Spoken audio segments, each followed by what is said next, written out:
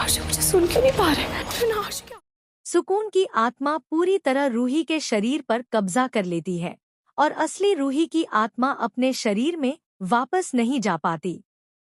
बाहर खड़ी रूही को शुरू में लगता है कि वह जिंदा है, लेकिन जैसे ही वह नहार के पास जाती है और नहार उसे देख भी नहीं पाता, उसकी आवाज भी नहीं सुन पाता, तभी उसे समझ आता है कि वह अब सिर्फ एक आत्मा बन चुकी है। रूही घबरा जाती है और सोचती है कि वह अब क्या करे। तभी उसके सामने उसी के शरीर में सुकून आ खड़ी होती है। अपने शरीर को सामने देखकर रूही हैरान रह जाती है, लेकिन सुकून जोर से हंसते हुए कहती है कि उसने रूही के शरीर पर कब्जा कर लिया है और अब रूही कुछ नहीं कर पाएगी। वह कहती है कि अब रूही हर जगह भटकेगी, कोई उसे नहीं सुनेगा और वह नहार के रास्ते में भी कभी नहीं आ पाएगी।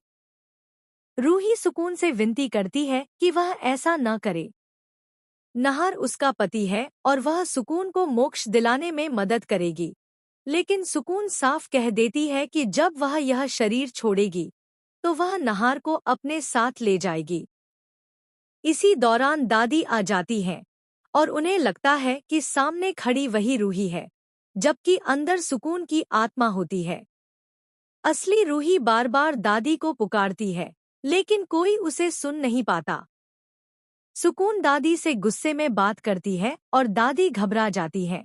उन्हें लगता है कि गोली का असर रूही के दिमाग पर हो गया है। उधर सुकून नहार के पास जाती है और उसे यह यकीन दिलाती है कि अब वह हमेशा उसके साथ रहेगी। नहार उसे गले लगा लेता है और असली रूही यह सब देखकर टूट जाती है।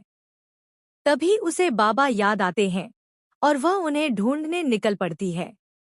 बहुत कोशिश के बाद भी बाबा नहीं मिलते और वह मंदिर जाकर मदद मांगती है। तभी बाबा उसके सामने प्रकट होते हैं और बताते हैं कि सुकून को एक चीज बेहद प्रिय है।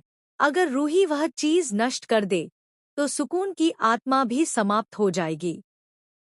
रूही को तुरंत पेंटिंग याद आती है और वह हवेली लौटकर उसे नष्ट करने की कोशिश करती है। जैसे ही वह मंत्र बोलती है, पेंटिंग में आग लगने लगती है। सुकून चीखते हुए उसे रोकने की कोशिश करती है, लेकिन रूही कहती है कि अब सुकून को मोक्ष पाना ही होगा।